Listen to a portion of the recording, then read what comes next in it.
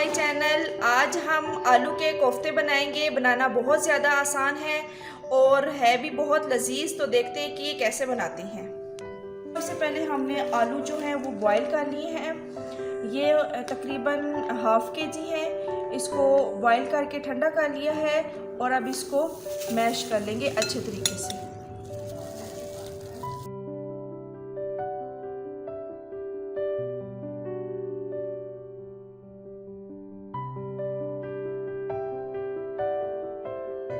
अब हमने इसको अच्छे तरीके से मैश कर लिया है। अब हम इसके अंदर हरा धनिया शामिल करेंगे,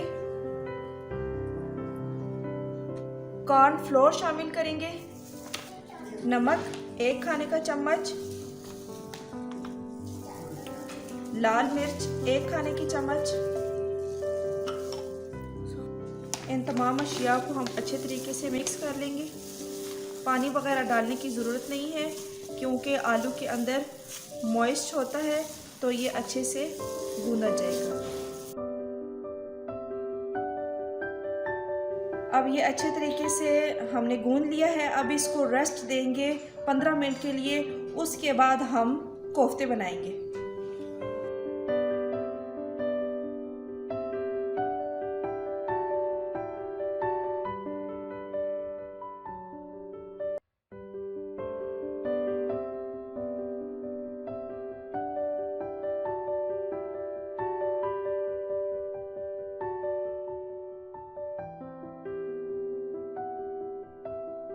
तैयार शुदा कोफ्ते डालते जाएंगे।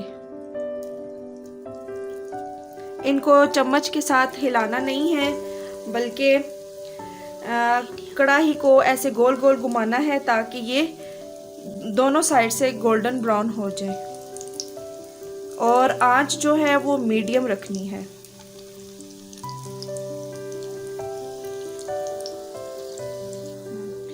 गोल्डन ब्राउन सा कलर आ जाएगा, फिर हम इसको निकाल लेंगे।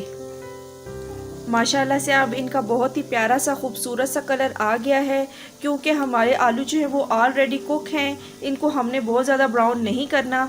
अब हम इनको निकाल लेंगे एक प्लेट में। एहतियात के साथ हम एक प्लेट में निकाल लेंगे। स्टेप है, जो हमने कोफ्ते तैयार किए हैं उसकी ग्रेवी बनाने के लिए सिंपल से और मेन इंग्रेडिएंट्स के साथ हम मसाला तैयार करेंगे। सबसे पहले एक चाय की चम्मच नमक है, ½ टीस्पून रेड चिली 1 टीस्पून, हल्दी 1 टीस्पून और ज़ीरा 1 teaspoon, whole spices ½ teaspoon, chaat masala ½ teaspoon. आइए अब हम इन सब चीज़ों को मिला के इसकी प्यूरी बना लेते हैं। अब हम कोफ्ते के लिए ग्रेवी तैयार कर। कढ़ाई के अंदर हमने 4 टेबल स्पून ऑयल को गर्म कर लिया है। अब हम इसमें अदरक लहसुन का पेस्ट शामिल करेंगे।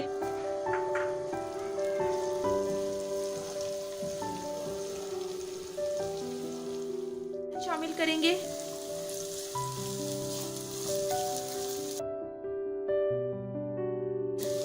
अब हम टमाटर का पेस्ट शामिल करेंगे। अच्छे से इसको मिक्स करेंगे। 5 मिनट हो गए हैं।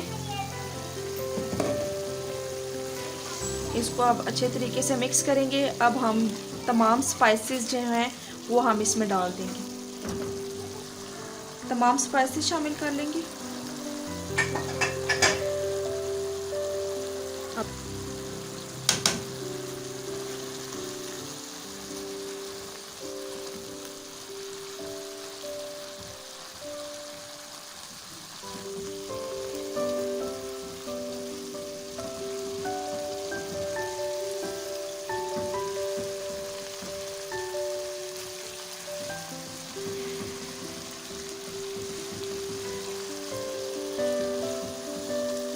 मसाला जो है वो हमारा रेडी हो गया है। अब हम इसके अंदर कोफ्ते रखेंगे।